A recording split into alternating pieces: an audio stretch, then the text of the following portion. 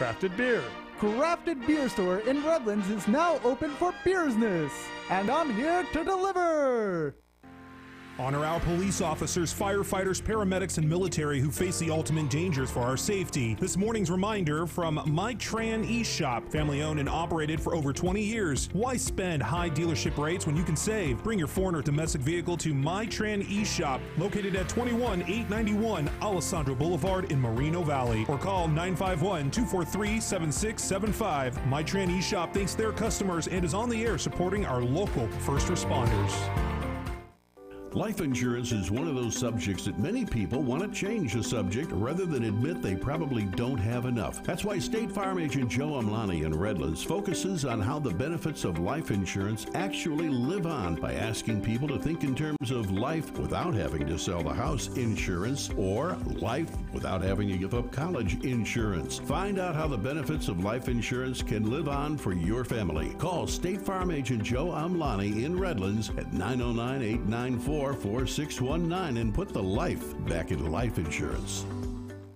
If you or a loved one was seriously injured in an accident with a semi-truck or an 18-wheeler truck, you need to act fast. I'm attorney Daniel Rudbari. I know how to fight truck companies. Call me 800-325-1454 for your free consultation. 800-325-1454. Truck accident cases are different than an auto versus auto accident. There are so many more issues involved when dealing with a truck accident case. There are federal regulations and state regulations, several different companies that may be involved. I can immediately gather the evidence, get you the medical care you need with no deductible and no copay to you, and get you the compensation and the money you deserve for your injuries. And if there's no recovery, there's no fees charged to you. I'm attorney Daniel Rudbari. I know how to fight truck companies. Call me 800-325-1454 for your free consultation. 800-325-1454. This is KCAA.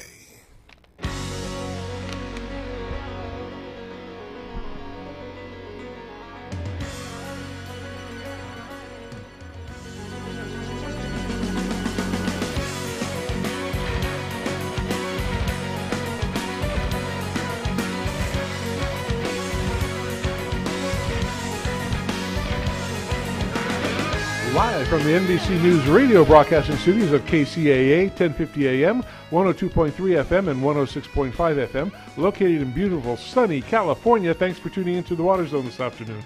I'm Rob Starr, along with Mr. Chris Davies, and hope everybody's having a great day. How are you doing today, Chris? We're doing great, actually. I just was thinking, I was just driving here in, and the temperature reading in my car said 105 outside. And that was at 5 o'clock? Yeah, about 5 o'clock. Wow, that's pretty hot. That's a toasty day. It's supposed to get cooler. This weekend it is for Father's Day. Yeah. You ready for Father's Day? I am. I'm a father. What do you want? What present you want? What do you want? What do you want you to be blessed with? Aside from a happy life and wife and all that. Happy life, happy wife. You know, yes, you know the story. No, I got a new hat, and I haven't seen it yet, but I'm anxious to see. I think it's a herringbone, and so we'll see what happens on Sunday. Not a golf hat. No, not a golf hat. Just a really nice sport hat. Sport hat. Wow, that's nice. Yep. How about you? I don't think my wife will buy me what I want. No, I like music. High expectations. No, I like music stuff, and the synthesizer that I want is $6,300. Well, she should get you a red one just for Sundays. Just for Sunday, and her thing is, why do I have 9 other ones, and don't the other ones I have sound like the new one that I might want to buy? Yeah. She doesn't. Don't always get it, do they? No. Well, I'll tell you something else. You've been busy this week, right? Around the shop. I haven't seen you there. You've been gone. I've been traveling. No moss on your shoes. No, I was actually this morning. We had a contest here a while back for Liberty Utilities, and they're out in Apple Valley, and they're actually they're in Texas. They're all over the country, but they handle Apple Valley, and they had a contest called the Extreme Water Makeover. And what they did is they contacted their top 25 water users. Notice I didn't say water wasters, because some people waste it, but some people don't really know they're wasting water until they see their bill. And part of the deal is, so if you get in this contest and you get selected, you have to be willing to say, okay, we'll let people come to the house and remodify a bunch of things. For example, they get an all-new irrigation system, they get a new washer and dryer, they get a new dishwasher, they get new toilets, and they get all new faucet fixtures throughout the house. Low flow shower heads, Everything. low flush toilets. Yeah, and that's through Kohler and stuff. Toro's donating all the irrigation company. I mean, it's equipment. It's a great deal. So a lot of people who signed up for it, once they found out that, you know, this is going to happen, you get all this stuff for free. But the little catch is, they want to videotape you and do a story about it and do a presentation in October at the Smart Innovations exhibition, which is in Las Vegas, put on by Southern Nevada Water. And they're going to do a presentation for 30 minutes to all the attendees of all these different water agencies, talking about what this project was and how this one family decided they really want to fight the water stuff, and they came and did the contest. They also get a free trip to Las Vegas, and they get to talk at the event and say how all this is saving them money and water and things. So it was pretty good. So this morning we were out there. They had newspaper people and TV and all this stuff, and so they're videotaping everybody. You know, I have to talk about what we do and what we've donated as a major sponsor. So it was really nice. The family's name is the Vaughns, and they do listen to the show. So if you're out there, hi, and thanks for letting us come to your house this morning and get started. They were actually on the show. Yeah, and we have Valley Soil, who's a local contractor here. They came up and did a lot of the installation. But when they're filming, you know, you got to keep doing it over and over and over. So how many times can you put a sprinkler in the ground? The same sprinkler. So watch me, I can do it a bunch of times. Yeah, and we had to teach them how to set the rotors and all of that. And so the people who weren't used to using the equipment, you know, when they turn it on, they're trying to adjust it, and they don't know how, and water's going all over the place. So we had to do all these takes and then wait for it to dry on the cement, so then you can do it again, so that you can really see there's no overspray and stuff. So it was really good, but we had to be there early in the morning. It took me about 2.5 hours to get up there. So I was there by 8, so left here about 5:30. But it worked well. They're going to be finishing the project up in the next week and get all the installations of all this equipment, both the dishwashers and stuff. And it's going to be a good video and good presentation to all these other water agencies. You know, once you get the people who admit, hey, I got a problem, and they really sincerely want to fix it, that's great. The people who really wasted water don't care, and they don't want to share their story with anybody because they're embarrassed. But these people were really nice about it, and I'm glad they won. And so that worked out good. That's what I was doing today. Yeah, in the beginning of the process, didn't Liberty target the heavy users? Or yes, the high they users? they sent nice casual letters out to these people saying, hey, they're going to do this contest, but it involves, if you win, you get all this stuff for free. You don't pay for installation, right. But you got to let them videotape and monitor the water bill, and then collect the data and then present that at this symposium that's coming up in October, and also come and speak at the event. Anyway, they're thrilled to death. Yeah, they seem like a great couple, and you're absolutely right about 2.5 hours up there. Apple Valley is not a hop, skip, and a jump from here. No, not from my house. But a lot of great water stuff going on, and speaking of water stuff... let's bring on somebody who is the smartest lady in water news. She's the purveyor of Maven's Notebook, and we just love her. So welcome, Miss Chris. Hi guys, how you doing? Good. Great, and it's Chris. Chris Austin, so if everybody doesn't know who she is by now, we feature her in doing the water news, and we saw her a couple weeks ago, and we're very excited to do that. And she's, we get all our news from you. You know, it's we heard a lot from. Well, you should. Well, yeah, no, I know we should. You know, when we were talking to Fritz Coleman, he gave us a little background information about what he does. But you're the source. You're the main source to us, so we appreciate it. Where are you at today, Chris, geographically? Oh, I'm at home here in Santa Clarita, so right. I'm frying with y'all. You got the? Did you get up into the triple digits today up there? Oh, yeah, it's been pretty hot here, and I tell you, boy, the extreme water makeover sounds great. What we really need in our house is we need the extreme power makeover. Well, I can't help you with the power, but I can help you with the water. What, you'll tell me later who your water agency is. We can see what we can do. But so what's going on? I hear this controversial Cal Water Fix bill is on the table. Oh, yeah, there is a rider in this federal spending bill, which I think that the Senate's going to take up next week. that would exempt any state or federal lawsuits over water fixes, essentially preempt them. And it's the people that are opposed to the Delta tunnels are really trying to fight this as hard as they can. And I heard today they're reporting that they got Senator Kamala Harris to say she is against the rider, and I think Feinstein has said she's against the rider. But once these riders get inserted in this legislation, it's really tough to get them out. I mean, we had something a few years ago that got in on a rider, and Feinstein opposed it, but Boxer supported it, and it went through, and, you know, much to the dismay of those that were opposed to it. So, you know, these things, they're tough to get out, and I don't know. I mean, Feinstein has a lot of clout, but if she can get it out, I don't know. So, you know, that's the big deal. We're all kind of waiting to see what happens with that, because the combination of that and the fact that Metropolitan's willing to fund, you know, the rest of the tunnel project that the Central Valley Project ag contractors can't fund right now.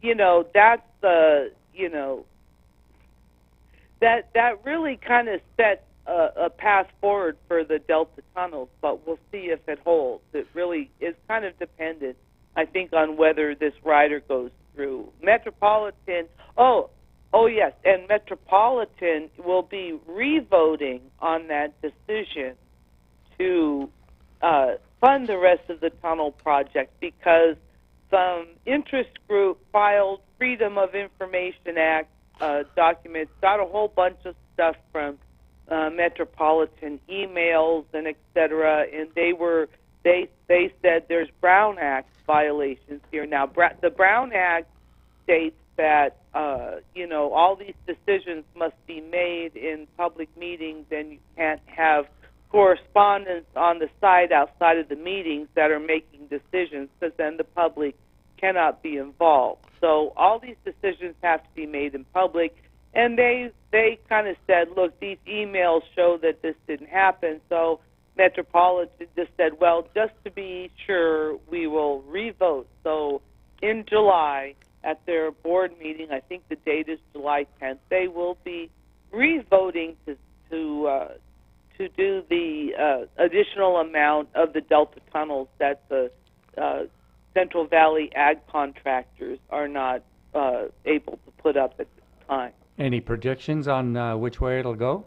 Oh, I would imagine it's going to be very much the same. What was interesting is when they took the vote last time, one of the people, or one of the groups that detracted or might have even recused themselves was San Diego. They did not vote in favor of the tunnels, but since that decision went down, they have now decided they are in favor of the tunnels. So, yeah, I'm wondering if they kind of wanted to be on the record as not in favor of the tunnels, figuring that they would pass, you know, and then once they passed it, okay, we're in favor of the tunnels, and they probably weren't anticipating this free vote. But that is pure speculation on my part. You think they got over their previous lawsuit they had with Metropolitan? Oh yeah, well, San Diego and Metropolitan don't get along so well. No doubt about that. No, and that went on for a long time too. Oh yeah, it's an ongoing thing. You know, San Diego, when they had the drought back in the 1990s, San Diego, being at the end of the pipe, really got hammered. I mean, they were cut back like 65%. If you can imagine what it would be like to only be able to use 35% of the water that you normally use, it was brutal. What do you think? What do you think of the new thing where they want you to use 55 gallons per person? Well, you know, we're going to see how this all plays out. You know, there were a bunch of stories that were saying that you can't take a shower and do laundry on the same day, but it's not that draconian. I mean, it's really meant to be an average over the month, and there are several years to get there. I think the idea behind this is much like they have made legislation that has required cars to be more efficient in their use of gasoline. They are really trying to push the envelope to get, the devices and the things we have in our home that use water to use even less water. And that also, they want you to use less water. But if you can increase the efficiency of your fixtures, then, then that really helps out. I'm not sure how much more, reduction we can get from, water-saving dishwashers and toilets. No, but it's like your automobile years ago when they reduced the speed on some of the highways. And, a good point, say you're driving on the freeway and you drive 65 miles an hour because that's the posted speed, or 70, and you decide to drive slower than that. You'll obviously save more gas, right? Oh, yeah. So don't you think they're trying to do the same thing with the water? That eventually, yeah. So it's not just a vehicle that gets great mileage. When you read about all these cars that get 50 miles a gallon, it depends how you drive. Do you use air conditioning? Do you jam on the gas? Step on it real fast. I mean, all that's going to play into the human portion of this. And I think I personally think they're going to push that into the water use. So yes, you can have the efficient fixtures. Yes, you can have the best smart irrigation equipment and all this stuff. But they're going to tell you, okay, we told you to take a 2-minute shower. Now we want you to take a minute shower. Or I kind of see that's going to come down the road. Yeah, well, it might be. I think, the message I think that we all sort of need to kind of take to heart is that we need to be conscious of our water use. And we need to be turning things off, Yep. When it's called for. I think overall, if that isn't achievable, and people are doing their best, then things will be adjusted. But countries, there are other countries in the world that have accomplished this. Oh, Israel and others. Sure. But don't you think people are going to always find a way to scam the system? So they tell you can only use 55 gallons a day. So how about a family tells the water agency, I got 9 people living here, but they only have 4. Yeah. How are they gonna check all of that? Because that's gonna happen. It's going to be hard to do, but I think your point, Chris, is really it's just as much habit as it is Yes. hardware, right? On the personal level of water conservation, right? There's so much usefulness that you can get out of low flush toilets and low flow shower heads, right? And if an individual doesn't play his part, doesn't develop the habits, you're not going to get that much more improvement out of it. So I think maybe what you're saying is we're getting to the end of that, to the maximum use of the technology. Yeah, the technology. Yeah, good point. No, And, it's like when I was younger, I used to take a shower every day and wash my hair every day. And then I had a baby. And it got to be the point where I was lucky if I could take a shower every 3 days. And so I sort of came to understand, after a while, it's not so bad if I don't shower today. Yeah. Hey, I'm not stinky, I'm not too bad. And so, I'll confess, since I had kids and I went through that, I don't feel the need to shower every day. Yeah. So, and I think, reality is not everybody does. Sometimes, sure, Yeah. if you're out and you're sweaty, sure, but if you're mainly inside and you're not, picking up a sweat. And they say that's bad for your skin by doing it every day in the hot water and things of that sort. So. Yeah, you're absolutely right. There's a dermatologist in our family and doesn't believe in soap. Says, hey, just go in there and wipe yourself off with just the water, right? Do you remember that's all you something? need. Maybe I'm too old. Do you guys remember something called Physohex? I remember that. Do you remember? Oh, remember yeah, that kinda. in that green bottle? Yeah. I used to give that to my kids when they were little, babies to wash, but you don't see that anymore. Yeah. It's almost like Ipana toothpaste. Remember that? Yes. We're dating ourselves. You are here. going way back there, brother. I'm only 39. You know, Of course so. you are. No, but Chris, you're absolutely right, and so are you, Chris. It is habit of what people get into. If you look at what they did in Israel, as an example, and the kids would sing songs about you turn the water off when you're not using it or when you're brushing your teeth. As silly as those things are, it's common for them to do the right thing, and they're really living it because they use a whole lot less water than we do as a nation. And you know what? I can say this because my husband's in the front room. My husband came here from Quebec, which is land of infinite water and power and cheap water and cheap power. Mm-hmm. And he has habits that are very wasteful, and they are habits he's had all his life. And, one of the things that we deal with here, I think, is because we have people that come here from other places where maybe these things are much more plentiful, they just don't think about them. And it's very hard to get them to think about them. Once my son came home, and I was like looking at his back, and I was like brushing all this ash off his back, going, "How did you get so dirty?" And he was over at his friend's house, and they came here from Korea, and she lives on a farm in Korea to this suburb in Santa Clarita, and she was burning her trash in her backyard.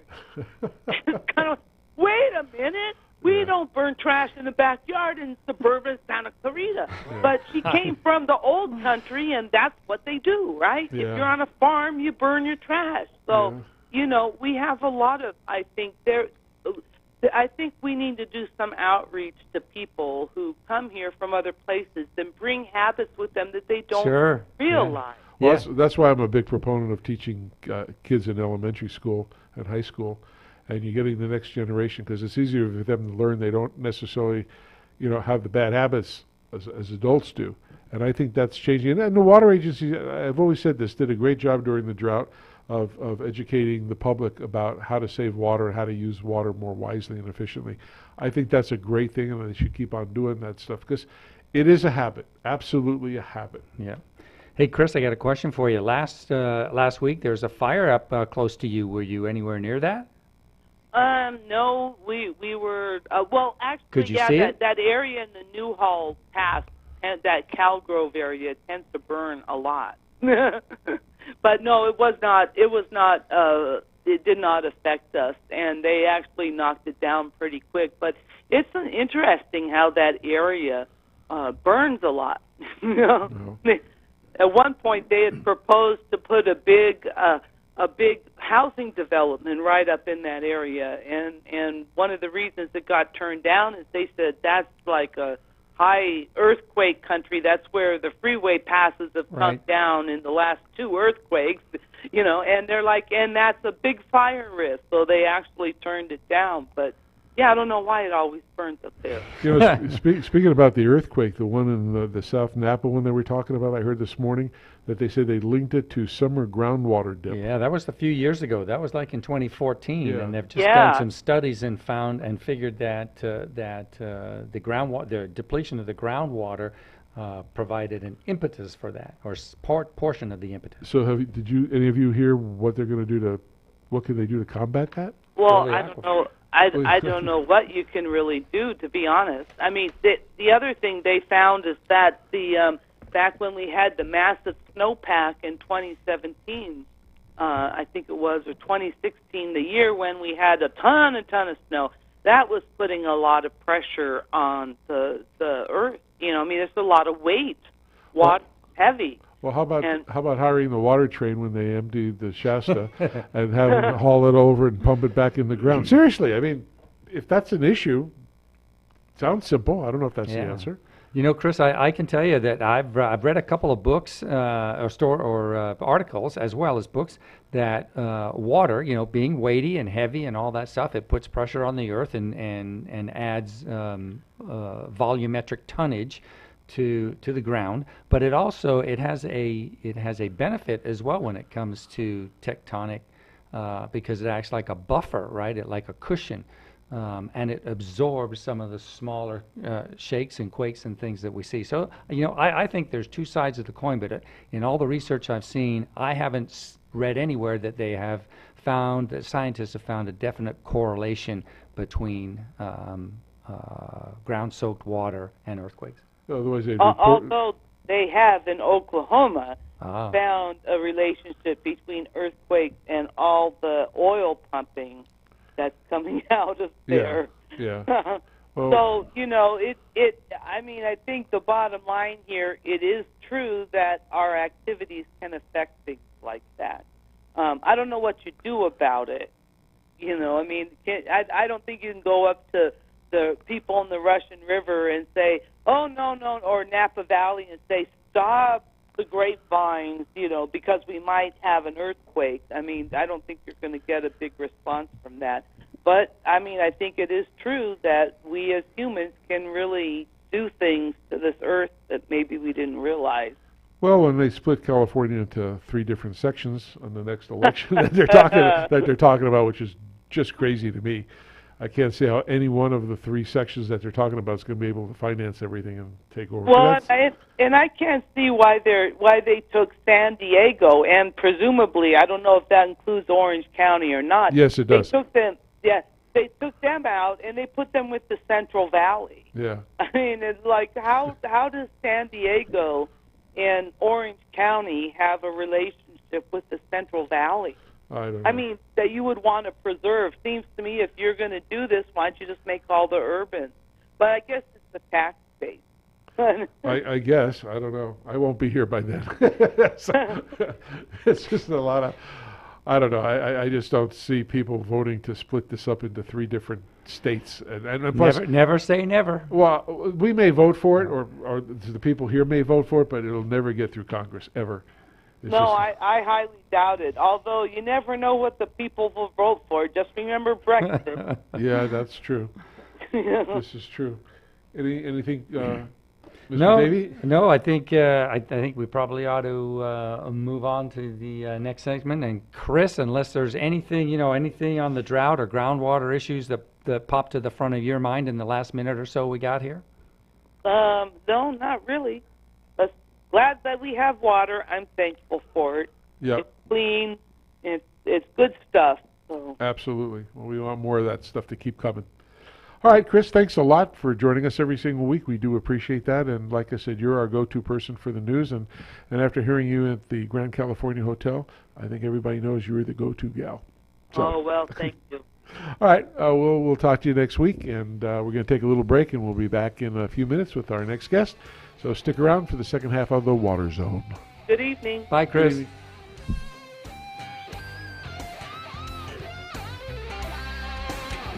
If you knew there was a pipe cement that works better than the one you're currently using, is better for you and the environment, and costs the same or less, would you buy it? Well, no-brainer, right? Weldon, the trusted leader in solvent cements for over 60 years, is pleased to introduce a new line of solvent cements that does all that. Introducing the Eco Series line of solvent cements for PVC piping systems. Not only does it work great and set fast, it also has 30% lower solvent emissions and less smelly fumes, a better workplace environment when you're installing pipes.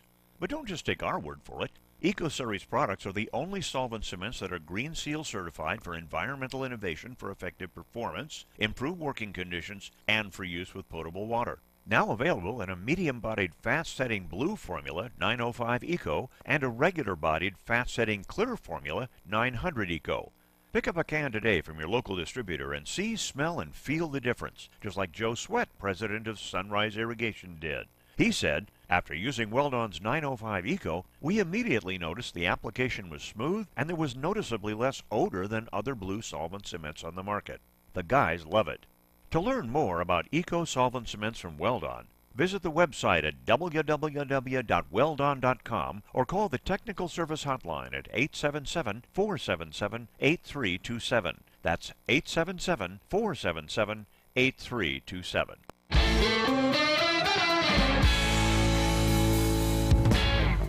Let's talk drought stress. No one likes burnt plants or grass, especially your customers. So when it's hotter than a tin roof in Tallahassee, what are you gonna do? Water the problem away? Not only does that abuse a vital resource, it's illegal in many cities. Here's a quick and easy solve that won't get you in trouble with Mother Nature or Johnny Law. Applied as a year-round program, Moisture Manager from Lesco supplements regular irrigation by attracting moisture to treated areas, thus making the moisture available to plant roots. This maintains wettability between waterings and rainfall, allowing soil to accept water as it becomes available, and making the water more accessible to the plant roots. Boom! More green, less watering, and a great new reason to see your customers on a recurring basis.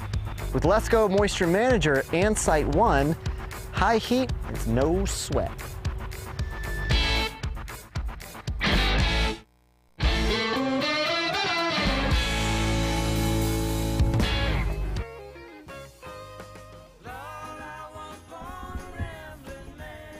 We are the Rambling Men, aren't we?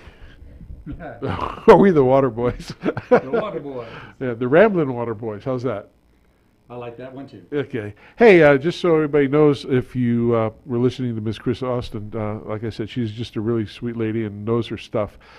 She does have a blog. It's called mavensnotebook.com.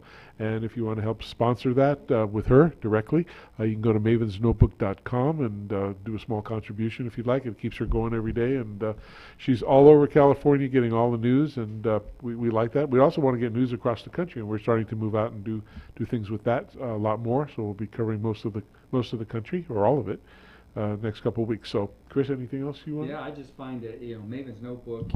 Yeah, I just find that Maven's Notebook is just a real up to date. I mean, if there's breaking news, it's Chris every gets day. it first. It's every day. Yeah, and she puts it on there, and it's first. You can take your money to the bank with her. So I Yep, appreciate that. absolutely So great. don't forget mavensnotebook.com.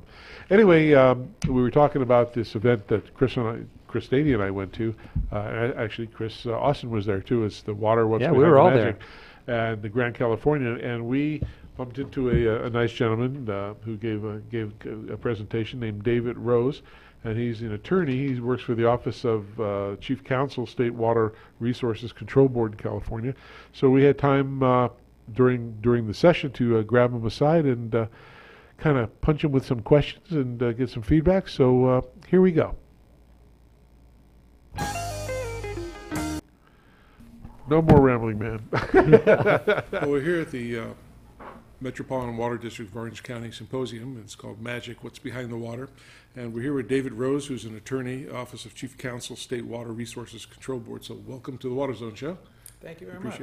You gave an interesting speech entitled Vying for the Wand, State or Local Water Control. Can you kind of give our audience a little information about that? Sure. I won't repeat it, but I did give a disclaimer first that my statements in that weren't the board statements or anybody else's, just mine. So everybody in every speech today is, even on television, they're all giving disclaimers. I had lunch with him. I went to you know, maybe it's an attorney thing, or maybe it's an everybody who works for an agency thing, but I'm both. So okay. You know, start with that. But yeah, it was great, and it was certainly a hot topic because it's, of course, there's substantive hot topics going on here today too, but this one's a procedural one, is who's in control of regulating, of creating these rules, of doing enforcement, and vying for the wand makes it sound like somebody's trying to take it away for somebody else. I didn't come up with that title, but I can certainly appreciate that if a local municipality, for example, has been doing something for a long time and feels like it's the expert, first of all, it's not wrong. But if the state comes in and tries to do something different or exercise control it hasn't exercised before, that's concerning. I absolutely get that. That makes perfect sense. And if I were in the other seat, that would be my position as well. But there are some things that do require broader oversight. And the governor has said, let's make water conservation a California way of life.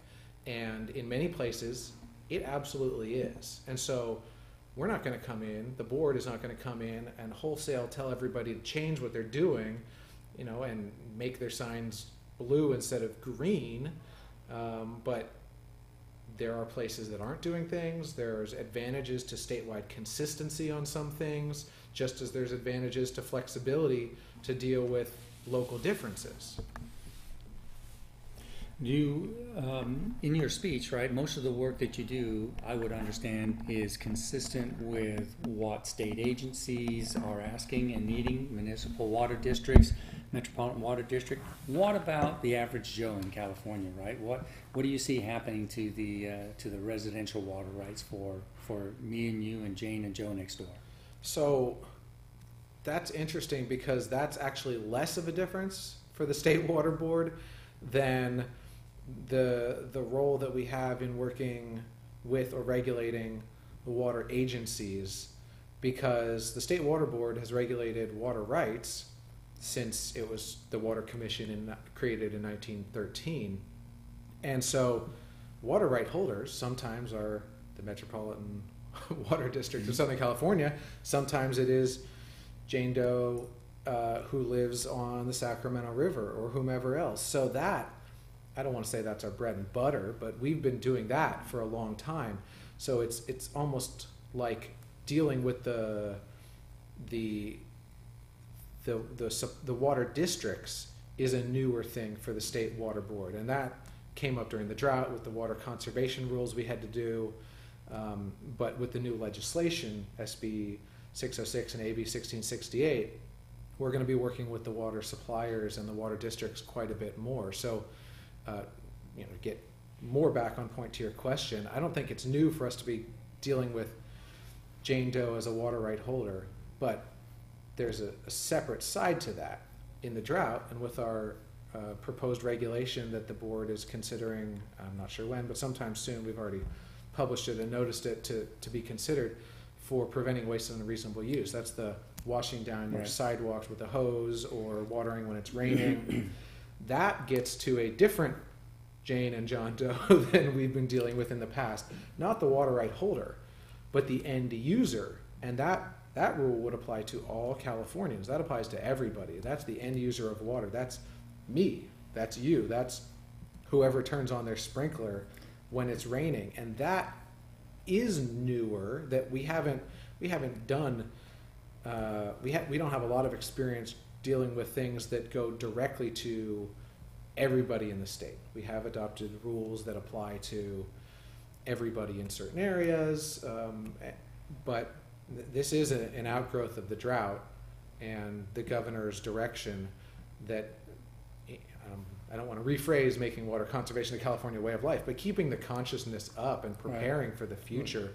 Because personally, and I think that this is a shared goal, I don't think we should be doing, if we can avoid it, these drought responses, because they hurt more. If you wait until the last second, if you wait until you need something, it costs more, it's harder to do. You may be able to cut through some red tape to do it, but it's better to deliberate on an approach and decide on it and implement it up front so that when you get to the next emergency, you are prepared. It's better to go, if the hurricane's coming, now that's a East Coast example, but if the hurricane's coming, make sure you got the bottled water already, because the stores are going to sell out. So that's what we're trying to do here. Yeah, the drought that we all experienced a few years ago, up until a few years ago, did spur a lot more attention to some regulation already in effect, AB 1881, right, or the Model Water Efficient Landscape Ordinance. But even 1881 hasn't really been implemented in the sense that people are doing anything about it. Yeah, no, it doesn't have teeth. So so that was the thing. How do you put some force behind it? And we asked, Felicia Marcus was on our show a while back, so we asked her that. But as a homeowner, let me ask you a question. So say any of us living on a property, and all of a sudden we notice that, or we understand that there's a large body of water underneath our property. Can the state order somebody to come in and start drilling and tapping and encroach on my property to do that? Well, the state is not just the State Water Board. I'd like to say the answer is no. I assume the answer is no, but I won't speak for, again, anybody other than myself. But from a water rights or just a general water standpoint, so back up a second. Water rights are owned by the people of the state. That doesn't mean someone else can come in and drill under your property and take them. Mm-hmm. But you have, if it's a groundwater basin underlying your property, you have a use right, and as an overlying user, to take and use water on your property from that. Someone else may have rights to that basin, but that doesn't mean they have the right to come in and take it from you. I don't want to overgeneralize here, because I know that there's a dispute in the Delta about Department of Water Resources coming in and taking samples on people's property for the water fix project. So I don't want to suggest that, I don't want to say that, but they're not coming in to take water from people's property. They're coming in to do testing. So yeah, that's a different story. But suppose I get delivery from an agency from Metropolitan Water Orange County, but then I find out I have water source of my own. Can I automatically break ground, tap it, and use that as well? And can anybody stop me from using that? Again, you had mentioned it has to serve a purpose and has to meet certain criteria to do that. But do I need permission to go do that? I guess I would.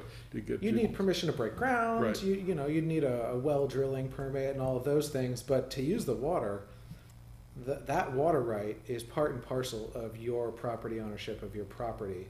If you're an overlying, if your property is overlying that basin, so there's limits on that, but you would have that right. Now, with the Sustainable Groundwater Management Act, there's going to be groundwater sustainability agencies that are local agencies that would have a role in that. But I don't believe that, my recollection of SGMA, the Groundwater Management Act, is that I don't believe that they can stop you from doing it, because you have a right. That right came to you with your ownership of the parcel.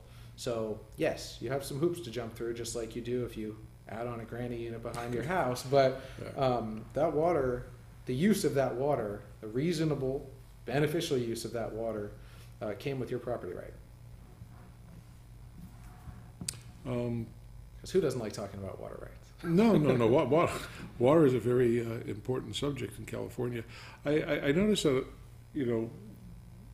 when the governor declared a drought, and then Felicia Marcus and the board came up and said you need to cut back with all these different cities. Our offices happen to be in Riverside, and I know at the time Riverside filed a suit against that, and so it's I know it too. And if you can't talk about it, that's fine. But a lot of water, I know they withdrew. But a lot of water agencies said, I don't know what you signed in your documents that you couldn't talk if you had a gag order or not. But talking to some of the people, because we have programs that we work with the water agencies to rebate our products and things like that. But a lot of the water agencies told me, hey Rob, we got lots of water. We have been cutting back. Our city has reduced water, and now they impose this mandate, and yet we have water. How did that play out? I mean, well, everybody was happy about it. No. How did that play out? Well, like I said, we don't want to be making drought rules on the fly, because they cause more pain than a deliberate process that occurs well in advance. And we deliberated, and we did. I don't want to benchmark this against the minimum, because emergency regulations have a very low threshold.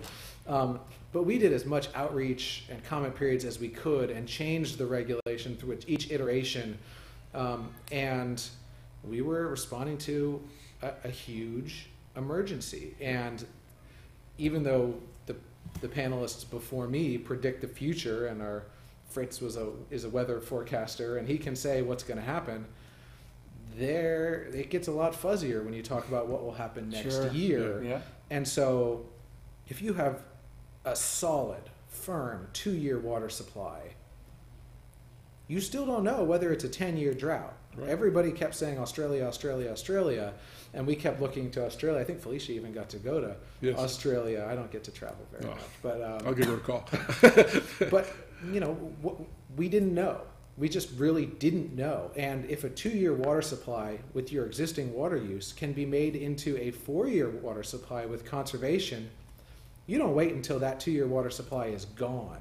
Yep. So it definitely hurt. It was a tough rule, and it's hard to come up with a rule that applies fairly to everybody throughout the state in 30 days. No, and so, we did a lot of discussion on what's the baseline, because everybody's water use is different. Yeah. But by necessity, I think, in terms of fairness, we had to come up with the baseline of when the drought was declared, because before that, it was kind of business as usual, and everybody's business was different. Right. But as with many things, like anything with cutbacks, you're going to be looking at what the baseline issue is. And so that was a tough one to come up with. But we had to, the governor said do it. We had the authority to do it. We had, I don't want to say moral responsibility, but we have to plan ahead. That's what the state board's charge is. And so we did it. And now what we want to do, now that we're hopefully for a long time out of a drought, we want to plan ahead with the time and deliberateness to make an approach that works for everybody and treats everybody fair, the same and uniquely. Yeah. No, absolutely. I think one of the things that we always comment on our show is how good all the water agencies did with educating the public. Oh, they did a phenomenal job in the short time they did it. And yes, some fell a little short of the numbers that they had, but overall, me personally, I think they all did a great job. I don't want to undermine our Office of Enforcement, but we made those targets up very quickly. And I think, I will say, because I assisted in making them, that they're absolutely defensible, and we gave all the reasons for why we did it. But at the end of the day, we had to come up with them very quickly. Yeah, but they weren't arbitrary, though. They weren't arbitrary. We explained exactly where they came from and what purpose they served, and they were percentage cuts based on how much water you were using. Right. So it was intended to share the pain and protect all of the indoor uses, all of the absolute necessities. But again, I don't want to harm our Office of Enforcement here, but at the end of the day, if somebody fell a couple percentage points off of a 32% mandated reduction, they still were stellar. And what happens if the people were already conserving water and went into all the smart technologies about water, using water efficiency, spray nozzles and things of that sort, where they've already reduced the amount, and then they come and say, give more. You can only do to a certain level. There's an ag component to that too, right? Because we hear a lot about residential water use and how we have to cut back and how well we did, and Governor Brown came on the TV and gave the thumbs up and said, hey, you're doing great. But Central Valley agronomical use is huge. It's 70% of the total consumption, right, of water in the state. The numbers vary depending on who depending wants on who what you number, look to, but right? And I agree, David, absolutely. So in answering that question, where's the ag element fit in that?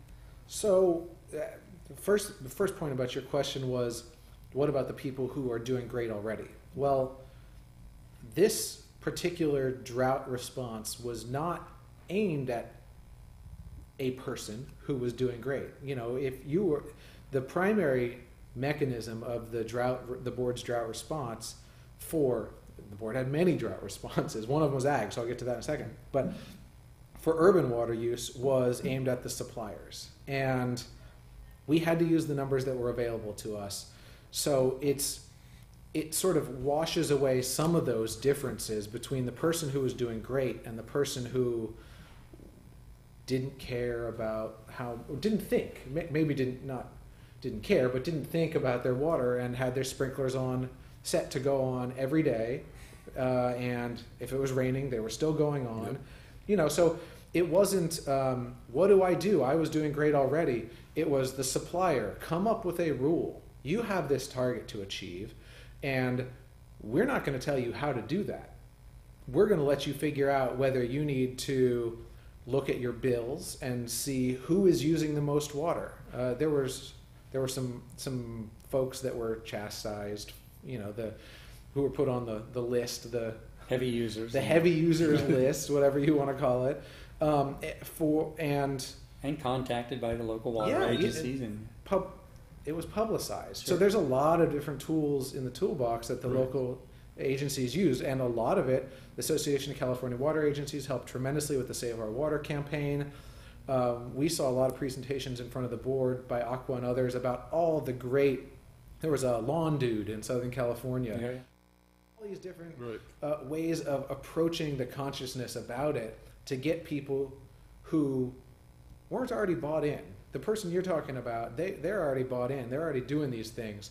And I don't believe in any on-the-ground scenarios that they were asked to do a lot more than they were already doing, because their bill, their water usage numbers, the data, what they were doing already reflected that. Yeah. They didn't and they need were to take- motivated. They were vested Yeah. already. So. They may have been like somebody driving an electric vehicle and tried to hypermile what they were already doing, but or they let their lawn go brown. Almost everybody can do more in most situations when push comes to shove. So the agencies use the tools at their disposal. Well, there's some people in, we met a lady who runs conservation for the city of Beverly Hills, and they were telling us about a home that had 7 swimming pools. And the guy was at the highest tiered level of rates, and he says, I'm rich, I can afford to pay for the water, so why are you bothering me? I'll pay for it.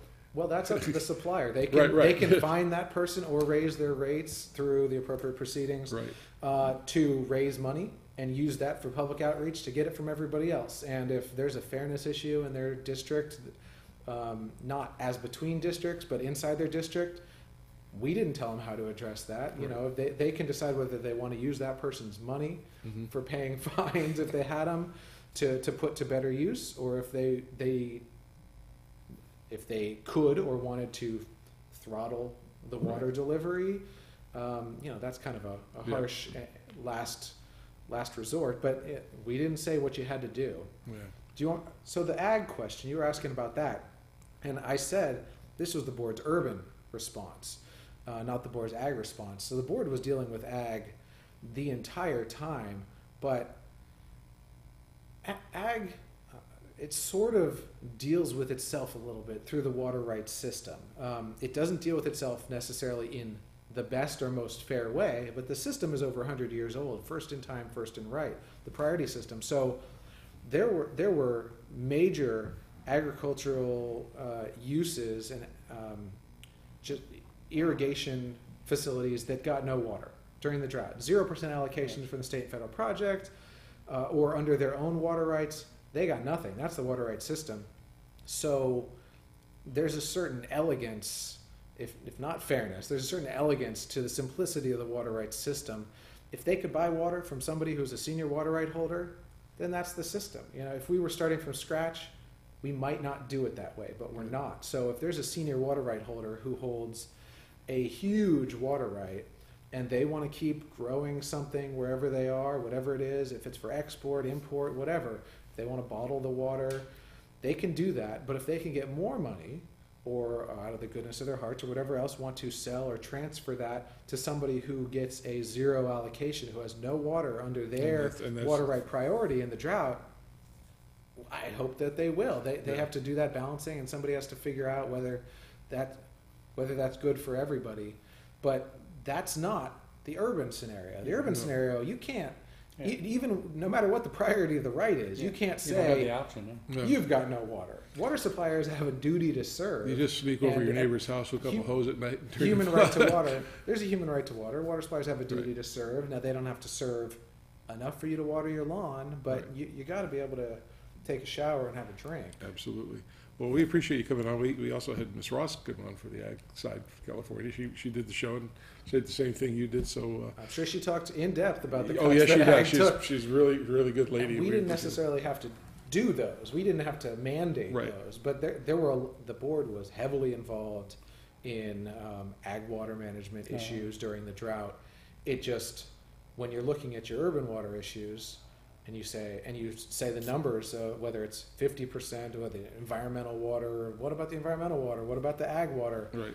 Environmental water, in some cases, got cut to 0 in the drought. Well, so there's endangered species that, there's a human right to water, and then there's fish flopping around that are going to go extinct. So we have to balance all of the uses and not put one over the other. Yeah. But to the extent we can, it is balancing, and that balancing changes and can change with every different scenario in a different location and at a different time. Absolutely. We had John Laird on as well. Like I said, we had a lot of people from the state, and we were very excited, and we're very pleased for that, because it really helped our show do very well for the last 2-3 years. And one of the things we talked about was the fact that the rebates that the water agencies gave to homeowners as for the Cash for Grass program, and they compared that. Another person came up and made a presentation that if they took the money that they paid for the Cash for Grass program, and they only saved a small, in theory, with all the water use in California, was a small portion of that, and applied those rebates availabilities to the farmers, you could have saved 20 times more water. And I don't know if that's a push that's going to happen or. So this is something that we talked about a lot during the drought with the urban rules, and I don't want to overgeneralize, but there's two things that sort of mitigate that idea. One is that grass, unless you are a sod farmer, it's not a commercial activity. And you can dispute that. You can say it's the value of my home or something else, but your home could have an equal or greater value with a water-tolerant landscape. So grass is somewhat more discretionary than. I mean, I can see medians in the street that have grass. You can replace those. Yeah, but it is a not in every case, and I don't want to overgeneralize, but it is a more discretionary water use than many other ones, and so that's one of the first points about urban water, grass versus agriculture. And I said 2 points. Maybe I'll make it 3. A second one is that urban water users don't always know where their water comes from. Agricultural water users, that's a cost of doing business. They know where that's coming from, how much they get, how much it costs. So if you have somebody who is using it indiscriminately because they don't know or care, you can solve that, especially if it's a discretionary use. So that's 2, not strikes, but 2 things in the column of addressing that particular use. But the third one is that for many agricultural uses.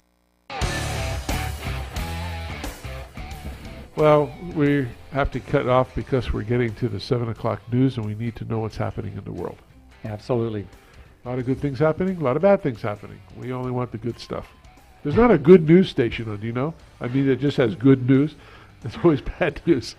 Anyway, join us next week. We appreciate everybody being here and listening into the show. And the most important thing that we tell you to do every single week, and you got to do it, is to think blue. Good night, everybody. Have a great week, and we'll talk to you next week on The Water Zone. Good night.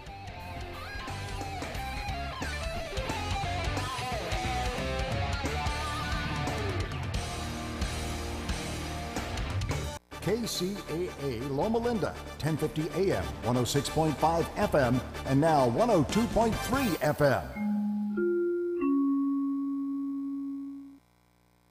And now the Inland